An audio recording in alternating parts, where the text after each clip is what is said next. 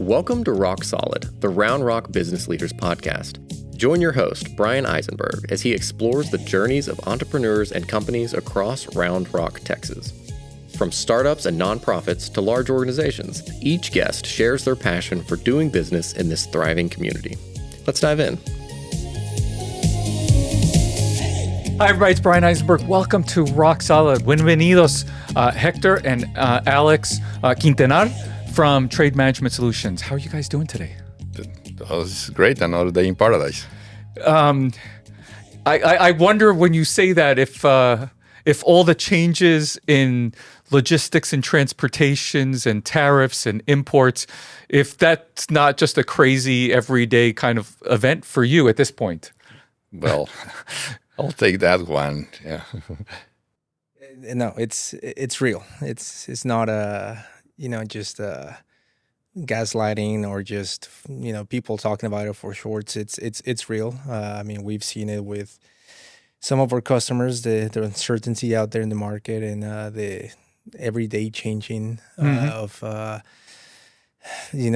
politicians doing their thing right now. And we have felt that we can give you plenty of examples where just yesterday, literally yesterday, the tariffs went into effect, right? Yep. So one of our customers imports from India, and India got hit with 25% plus another 25% because I believe President Trump was upset about India selling oil to Russia or something like that. So he implemented an extra 25%, which people weren't counting on that. And my customer called me. He said, "Hey, I'm putting a pause on all my shipments coming out of India for the foreseeable future until we see what's really going to happen." So that's just one example of one customer of something that happened just yesterday. So it is happening. We do see it every day. And that affects us because then if they don't move, we don't ship it. Right. But hopefully today it's a quiet day so far. Well, now let me build on what Alex just said. When you're in logistics and supply chain, you have disruptions no matter what, every single day, and it's part of your life. What if it's COVID? What if it's nearshoring? What if it's now tariffs? What if it's sourcing? You name it. There is some war that breaks out somewhere. Yeah. Port of LA max out, weather, you name it. So the world of logistics and supply chain, that's what we embrace every single day of our lives. Some days a little bit harder, some days are not that hard, but that is the nature of the business that we're involved. And that, if you have to have the nerves to navigate those waters every single day, okay? So that is part of the nature. Okay? Now, I started the podcast a little different than I normally do, but because I wanted to kind of dive into the mood of where you guys are. But you're a local company here in Round Rock. You've got other locations. We'll talk about those. But, you're based here in Round Rock. You've been here for over 30 years, you said. And what I'm really curious about is most people have never heard of your company, right? Trade Management Solutions. They've never heard of it, even if they've been in Round Rock for a long time. But the customers that you help out probably touches almost everybody today. Can you give us an example of some of the customers that you work with? And then we'll go into a little more detail about what you do for them. Well, obviously, one of the large manufacturers here in town is well known. And we've been serving this customer in different aspects, actually for almost 18 years. Okay. And we started a relationship serving them in Mexico. Okay. And then we moved into the U.S., and then locally. And that's the reason that we have this operation, which we have to quickly react and put it in a month. And they are deeply involved, and they work with the community, and the credentials and the belief on what they have and what we have done in other markets for them, that's what have opened the doors to us. Locally is been a nice journey with them. That customer is Dell, by the way. Yeah. Okay. So everybody knows. But so to serve companies like Dell is not an easy task. No, I'm sure not. So you do well, you execute, you deliver, you're a vendor. You don't execute. And having a customer like Dell, it's always opens the doors for other customers, right? Because whenever someone comes to you and you're introducing yourself, the first thing they ask you is, okay, so who do you do business with? Yep. Dell Computers. That automatically gets you in the door because they know you're a reputable company. Rock Solid is produced and recorded at Round Rock Studio. Located right here in Round Rock, our state-of-the-art studio is built for podcasters and creatives alike. We offer multiple professionally designed podcast sets, top-notch recording gear, and a full photography studio ready for any project. Whether you're launching a new podcast or upgrading your existing one, we can help with multi-camera recording, editing, and everything you need for success. Record with us at Round Rock Studio, your local podcasting partner. Correct. So let's talk about what you specifically do, because I know, back in my early days when I was a lot in e-commerce, people would look for 3PLs, right? The third-party logistics. But you're actually doing something that's called 4PL, right? And you have a whole bunch of enhanced services on top of that. So can you explain that? Because I imagine most of the audience has no idea, like, what you do. Well, 4PL, as you just described, is not just the pure transportation, not just the pure warehousing where you cross-dock or move product or fulfill product in the warehouse. You have other applications that start embedding with the customer, and then you do what is called value-add services. Okay. When you talk about value-add, it's a why big word, because you can do small things at the warehouse or big, okay? To the extent that we can modify product. And probably piggybacking the tariffs, which is a big topic today, in the Miami warehouse, if you want to modify product that is coming into the country that eventually is going to go out of the country, then you can avoid all these taxes, okay? Which is an important topic. But when you receive that product, there is certain approvals that you have to have from the CBP, from customs. Okay. And credentials and approvals you have to go through. Can you give us an example of that, just so it's clear in our mind? Yeah, there is a couple things that is called, one is FTC, or foreign trade zone, okay? Or bonded warehouse are very common in the industry. And what it is that you receive the freight from either India, Asia, receiving to your warehouse, and you don't pay the duties and taxes when you receive that product. And if the product is going to stay in the country, you choose when to pay those duties or taxes in the importation. Okay.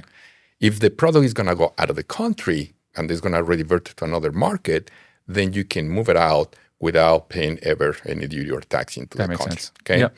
There is several programs that you can pay them, and then the drawback, but there is a cost associated. Yeah. But once you have the product in the warehouse, most likely you will need to do something with it, and you have to have certain approvals to touch, modify, or reassembly, or do something with the product. So customs authorities will have to grant you those permits. And it's not an easy process to get. You have to go and they inspect you, they validate the software, the solutions that you have, your warehouse, your security, your people, your workers, everything. Yeah. And once you have all those credentials, then you do. So that's part of what we do for some customers in the Miami warehouse. And we are approved to do those services. Okay. And I saw on your website, you guys do like laser engraving on products. You can also update the computers, for example. What are some of the other like value services that you're correct? That's part of the second, we call it second touch. After it leaves the factory, you touch it again, right? Yep. So you touch on a couple of the services, laser engraving. So for example, for Dell, we do a lot of they have school projects, school bits, or government projects where they sell 30,000 computers, laptops to the Round Rock ISD, right? Okay. A lot of the time, what the schools want is two things. One is a laser engraved in the lid. Okay. So you put Round Rock ISD. Why? So people can't steal it. Correct. It's branded. Yep. It's also for just branding for political reasons or whatever you call it, right?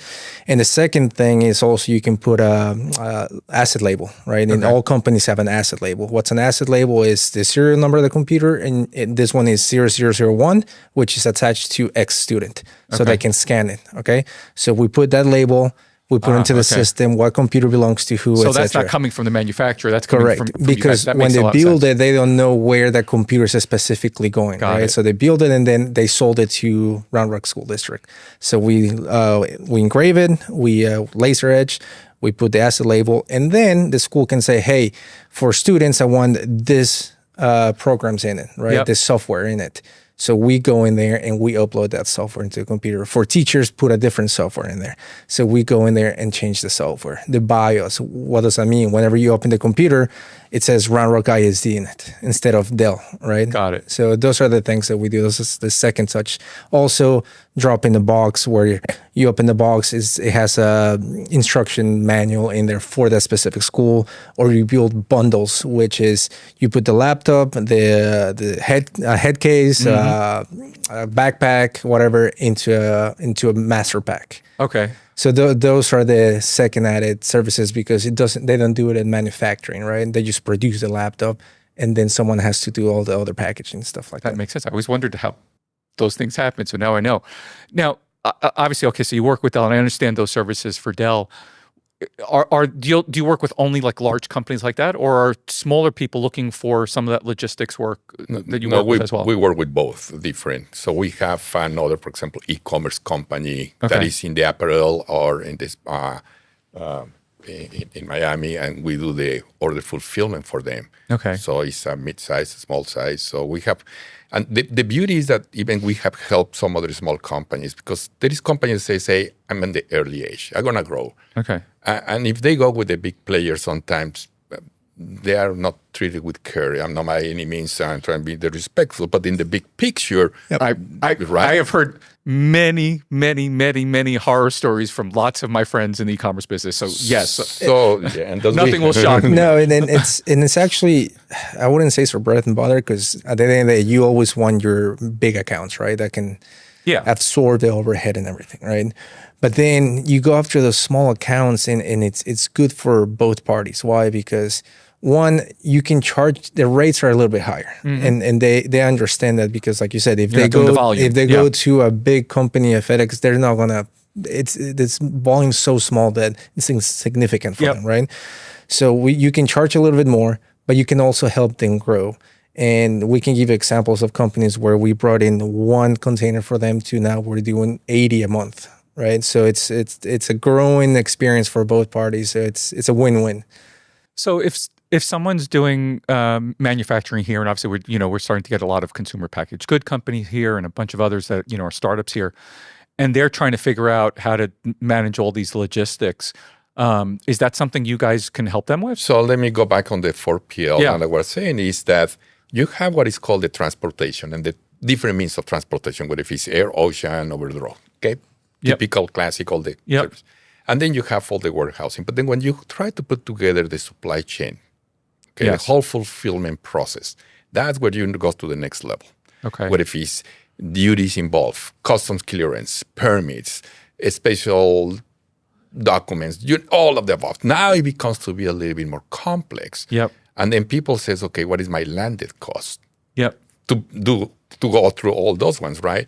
So that's where we have helped companies, and I can give you a couple examples on where and how we can help them, because we have this company who usually you say the country of origin, which is going to be is a topic used today worldwide due to all these tariffs, country of origin, and there is so many definitions around on how you control that. Well, when you are doing assemblies and moving product from the U.S. into any foreign country, but you already put now racks is one brand, switches is another brand, software is another brand. Now you are combining 3 different brands.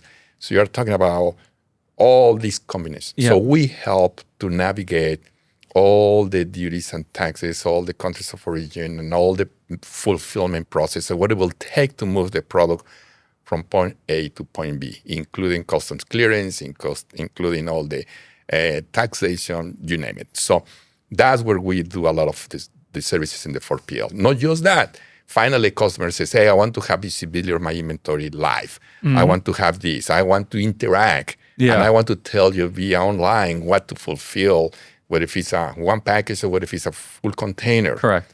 So now you have to develop applications that interact with them in a daily basis. So it's beyond and above of just pure transportation, pure warehousing, pure logistics. Okay. But do you? And I also read somewhere that you do you help with nearshoring as well. Nearshoring, yeah, it's been an interesting concept. There has been a wave of companies moving into Mexico. Yeah. It's true. It's real. Okay. And if we go back to the tariffs, it's a reason why. If I don't know, you heard yesterday when they do the mix by country, the lowest tariff impact is Mexico, 10.2% in average for everything. So it's the lowest in the world. Yeah. With US, in the trade with US. So it's still factories trying to move the product. But to do that, it's not just the product, it's as well factories. Correct. So we've been approached twice or three times, say, hey, what it will take to move the whole factory? So now it's a totally different ballgame because now you're talking about the assembly lines on how to import them and bring them to the country. And it's just not the actual factory, but also the suppliers behind it, the raw material, the labor, the this and that. So there's a lot of moving parts. Right. That's the key of what you guys do. You're managing all these moving parts. I mean, I was meeting this past week. We had a 1 million cups event here at Centro, for entrepreneurs. And this woman was telling me, she's just working on getting her initial prototype, but she wants to find manufacturers so she can scale out. She's selling a few of them. She's got another product that she's working on. She can't find a manufacturer.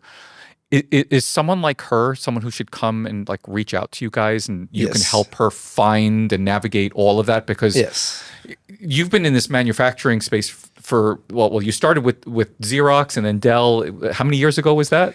10 years with Xerox, 10 years with Dell, and 20 years with the business. So out of my 40 years journey, half corporate life, half entrepreneur. In this manufacturing and logistics. Manufacturing, logistics, supply chain, correct. And just to give you, for the example you said, probably 3-4 years ago, we ran a scenario for one of our customers who imported from China, eventually moved to India, and we were looking at the option of manufacturing in Mexico. We ran the whole scenario. We went, just couldn't make it short, but we went to the factories, equipment, labor, electricity, because, you have to factor everything, blah, blah. Everything looked great till you got to the raw material. And the raw material, you had to bring it from China. Yeah. So at the end of the day, you couldn't compete, even though the labor was almost the same. Yeah. Electricity, power, all that the same. Everything with rent, blah, blah, blah. Everything the same, but that raw material, you still had to bring it from China. So the added cost in transportation ended up killing the project anyways. So that's, to give you an example of what you're asking for, we run those numbers for the whole entire project, not just for one part of it. And we do it for these customers who we already have relationship. And when we have a new customers, then it's a different model. But yes, the short answer is yes. We embark into all these moving parts that, as we were talking earlier, sometimes you don't realize all the different elements. Just you see that some companies delivering on the front door, right? Yeah. But what happened behind is like a lot of the steps in between. Yeah, we often take that for granted because we just, one click, Amazon delivers it, and everything that happened before that, we don't even think about. We are right now in the middle of even the customer brings the product into the States, and we have to repack or repalletize to the specs that Amazon wants. Okay, so you have to do that before you deliver to Amazon. Okay, so that is a step in between. So that's something else that you guys will also do. That's fascinating. So you've been here in Round Rock for a long time now, over 30 years. Why did you decide to build this here, right? I mean, obviously you've got factories, you've got the warehouse in Miami, but what made you decide that your headquarters needed to stay here in Round Rock? Well, that's for me. We have even operations in Mexico, because it's where we started, and we have customs clearance into and out of Mexico. So obviously I was working for Dell, and then I decided to stay here. At the time when I left Dell and started the business, these kids are going to school. He's playing soccer. Yep. He's going to college and middle school, high school. And then, you see Austin and Round Rock, especially Round Rock back then, even today, safe, good school district. Okay, we've been living in the Forest Creek area forever, safe, and so always it was a nice place to be, right? And where will you go? Okay, obviously 2-3 times we started to say, do we move? Where do we move? Right? So now, so it was very convenient, and we adopt Round Rock as our home, and we've been happy ever since. So, and then we put the office here in Rawhide. And luckily, the business, I can report that in those many years, and the 20 years, maybe a couple hiccups here and there, like any business. But thanks God, it's always unto the effort of the whole company now. It's been growing and growing and growing every single year. So That's good, terrific. good. And it also helped to have Dell right here as well. Yeah, right? for sure. But you've also been very active in the communities. I know you've been involved with the Hispanic Chamber of Commerce. You've been involved with the Round Rock Chamber of Commerce. Why did you feel it was so important as a business owner, not necessarily dealing with a lot of the local businesses as most chamber businesses do? Why do you feel it was so important to get involved with the community? Well, I do remember when I started business, and there is years, I was reviewing my history, and it was like 4 or 5 years that now I see and I say, how did I survive with no income? Yeah. In 5 years, right? And I mean, I've barely made it, right? So, and obviously I had errors. I messed it up from here and there.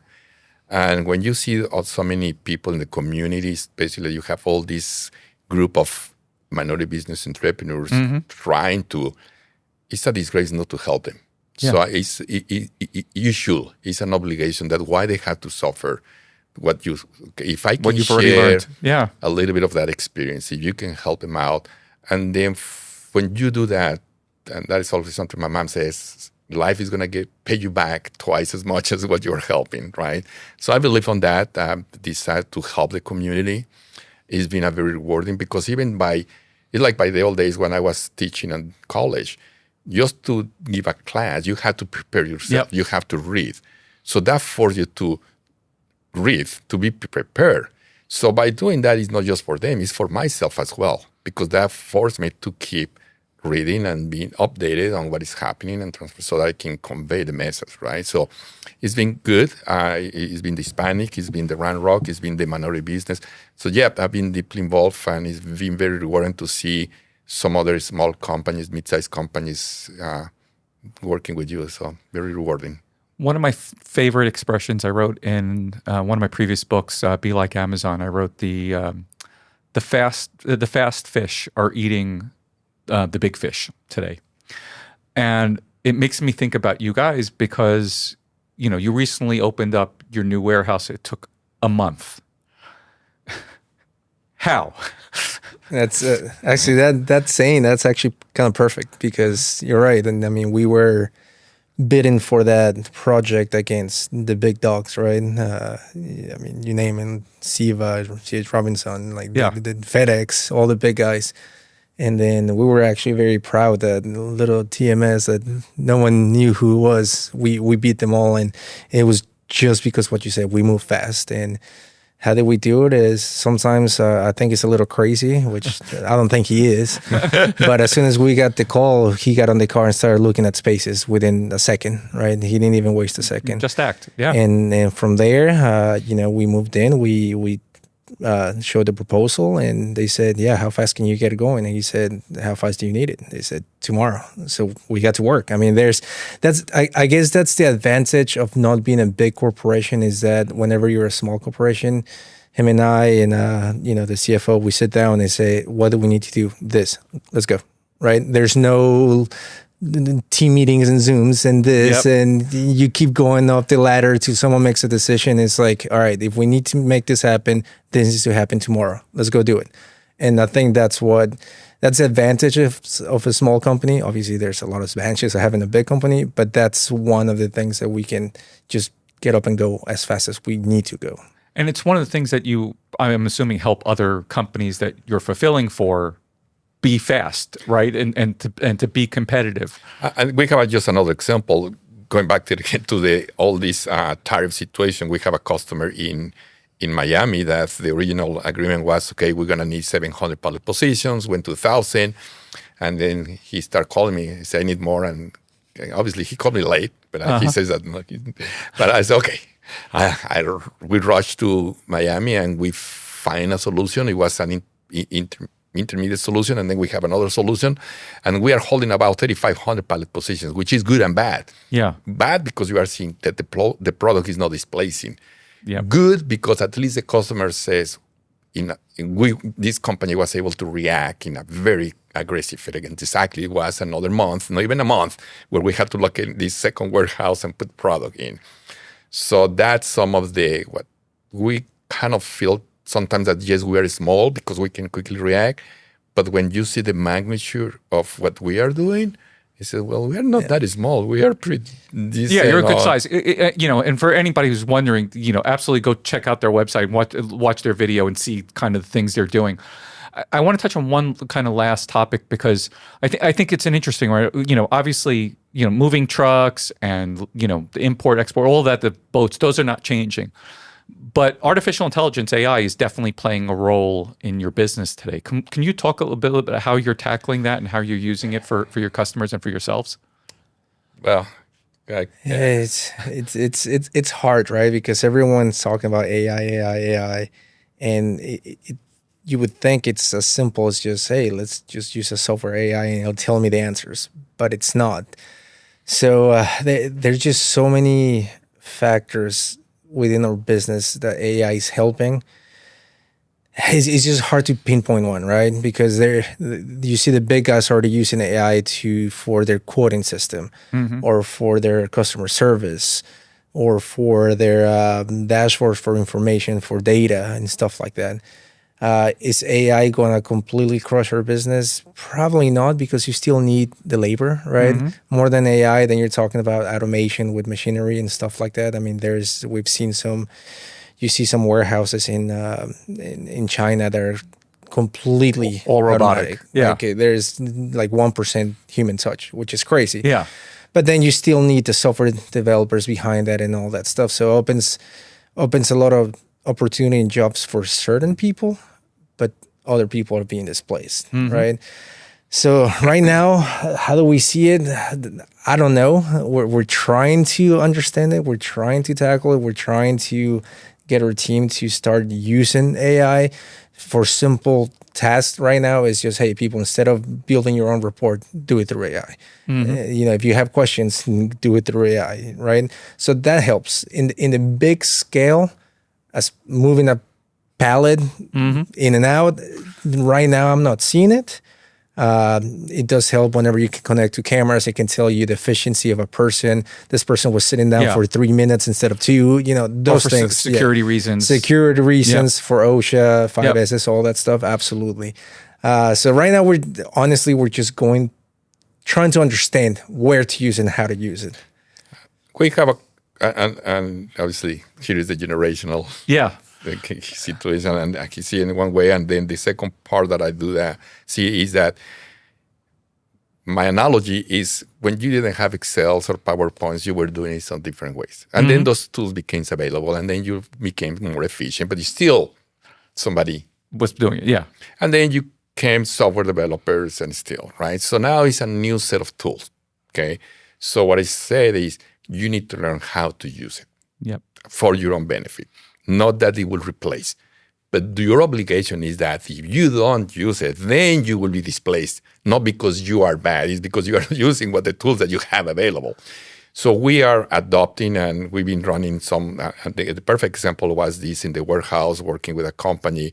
It was a little bit beyond that, because it was not just OSHA is critical. How do you contain that if it is a pallet out of place? Okay. The camera can detect that and start sending alerts. Okay. So that it tells you, hey, Mr. Hector or Alex, somebody left a pallet where it's supposed not to. That is a risk. Yeah. So this is where AI with the CCTV that you have now in your warehouses, you can leverage from AI for that. Okay. Reporting is being good, especially with Dell. Dell launched a program on how to automate a lot of processes. So we've been bombarded in the last months. Our IT department is being bombarded and is been working heavily in the automation of all these reporting and processes and visibility to the customer. Again, it's another good thing to have by working with this large company. Then the benefit is that we can adopt these practices to other customers in our company. So good. I want to wrap up with one question, which is, you have all these years of expertise in manufacturing and logistics, and for all the business owners out there, entrepreneurs who want to build something, get something out into the world, what's probably the most powerful lesson that you've learned over all these years to make, that ultimate delivery the right thing for the customer? What do you think is my Hey, that's your question. There is probably a couple of them. Okay, when finally you decide to be an entrepreneur, okay, and especially when the people see like you're the CEO, the president, or the leader of the company, first there is nobody else to blame but yourself. So you need to embrace that. That you, at the end of the day, whether if it's good or bad, it's on you. It's on you. Okay. It's going to be a good times and it's going to be a terrible times, tough times. Okay. So one of the key words that I've been using is resiliency. Okay. Yes. And the second one is probably sometimes dealing with ambiguity. A lot of people try to grasp or have all the facts before move one step. You can't. If you do that, you will. The reason to be an entrepreneur is you've got to have some amount of risk that you're willing to take. So usually entrepreneurs are risk takers by nature, okay? And you trust on your skills, you trust on your knowledge and a little bit of gut feelings, you will. And then when you have a team that is robust enough that you know that it's going to be down there helping you, then it's a little bit easier to take those risks, okay? It's going to be risk no matter what. Probably the financials are critical. Yep. So you need to learn as a business owner how to read financials. Yep. Okay? Because you can be the best in everything, but if you don't know how to control the money's in and outs, cash flow is king. Cash flow is king, okay? So financials. So my experience in all these many years is I love numbers. That has always been, even that I'm an engineer by degree, but I always love finances and numbers, and fascinating world. And then to Dell's recognition, when you are working in those trenches, every decision that you make, whether if it's manufacturing, the floor, I don't care, it was associated with a financial return. Yes. So when you embrace those two, that's probably my recommendation for any business owner, understand your finances, okay? And how your decisions affect them. The decisions affect. That will give you a little bit of understanding of the risk. The risk is going to be there. Take it. So that's kind of what I have learned all these many years. And even today, right now, we are facing another opportunity to even expand Mexico warehousing because we are seeing more and more. Okay, now we are talking about we already have operations there. We already have a lot of people there. Yep. But now to have a brick and mortar operation that is a next level. Okay, so we are in the middle of discussing that. Okay. And I imagine also have good people that you can ask questions to who have a lot of experience like you that want to support other entrepreneurs. Definitely plug into them. If anybody here has questions about manufacturing, logistics, all of that, and they want to get in touch with you guys or learn more about how maybe you can help them in their business, what's the best way to get in touch with you guys? Business developer. He sells. He's the one that said, get it. I'll get it. I guess we can put our info on the thing, but also Alex Quintanar at tms-lp.com. Just email or directly through my phone number, my cell phone. Should I just give it out here? Oh, we can put it there. It's 512-656-2098. And I really like that quote. The small fish are eating the big fish. You'll remember that one. I will remember that because that's 100% true. The funnier one is one day I'm watching Shark Tank and a guy quotes it. Okay. And I was like, the only place that's ever been done is in that book, Be Like Amazon, sitting up there. So that was kind of cool to see a quote from a book I wrote being quoted on Shark Tank. Yeah, it's a good one. Thank you so much for your time today, and we appreciate everything you do for the community. No, thanks to you. Thank you.